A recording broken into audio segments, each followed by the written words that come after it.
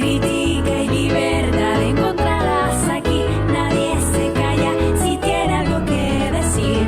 De noche y sin maquillaje pronto vamos a estar, pues ya comienza a alzar. Con Gaby López Trejo.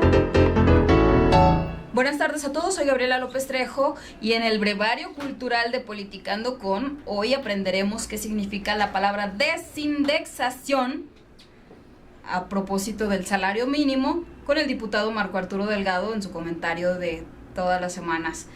Diputado, por favor, ¿qué significa la palabra desindexación? Yo no sé qué es eso. Es una palabra nueva para todos.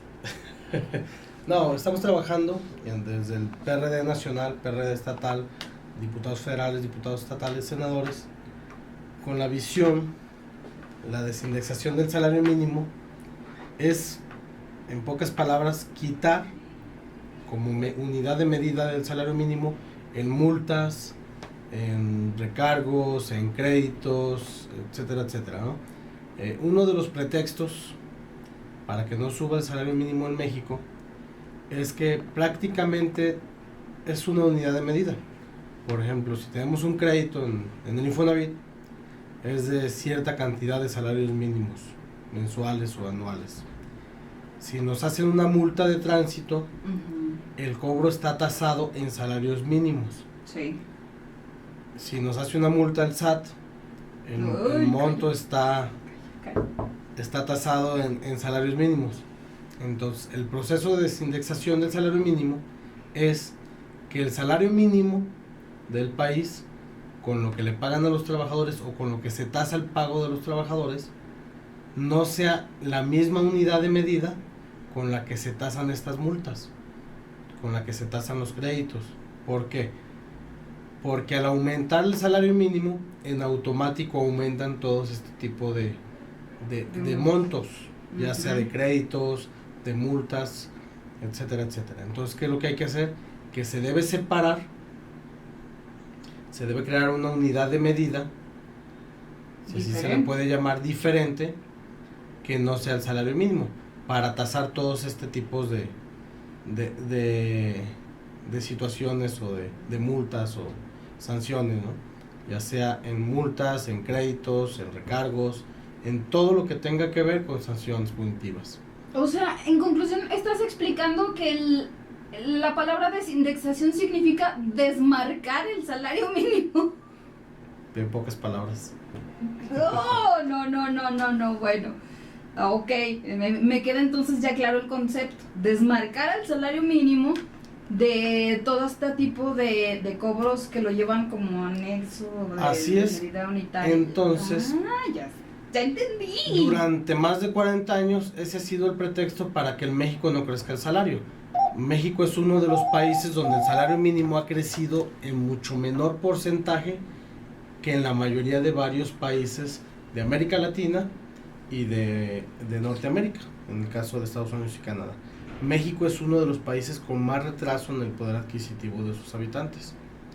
Entonces, en inicio, el pretexto es que no aumenten las multas, los recargos y el monto de los créditos. Pero hay un fondo, o sea, nosotros necesitamos, y que en el PRD creemos, que si hay mayor poder adquisitivo de los trabajadores con un aumento sustancial en su entrada de dinero, pues obviamente también hay un flujo de efectivo mayor en la calle, donde a las empresas que les van a pagar más a estos trabajadores, pues van a tener mayores ventas porque hay mayor flujo de efectivo, mayor poder adquisitivo, donde se pueda volver un círculo virtuoso. Que muchos opositores a este aumento, yo creo que es sustancial lo que propone el PRD, dicen que aumentaría el problema o problemas económicos o pondrían aprietos a los empresarios. Entonces, bueno, nosotros no creemos eso. De hecho, hay un ejemplo muy claro que fue en Brasil, Sí. donde el presidente Lula da Silva lo primero que hace es aumentar el salario mínimo considerablemente. O sea, ahorita se habla de líneas de bienestar. Por ejemplo, si ganas cierta cantidad de pesos, puedes estar sobre o abajo de la línea de bienestar. ¿Qué es esto?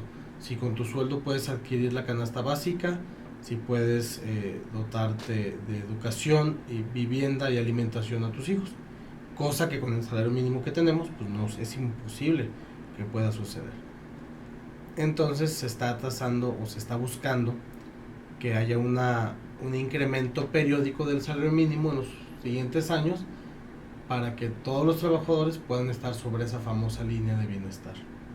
Oye, pero aparte es algo que forzosamente tendría que suceder porque se está hablando de una unificación nacional del salario mínimo, ¿no? Ya de se hecho, eso supone ya se aprobó, que es un salario mínimo nacional, que ya no va a haber que ya por no va a haber zonas. zonas económicas. Exacto.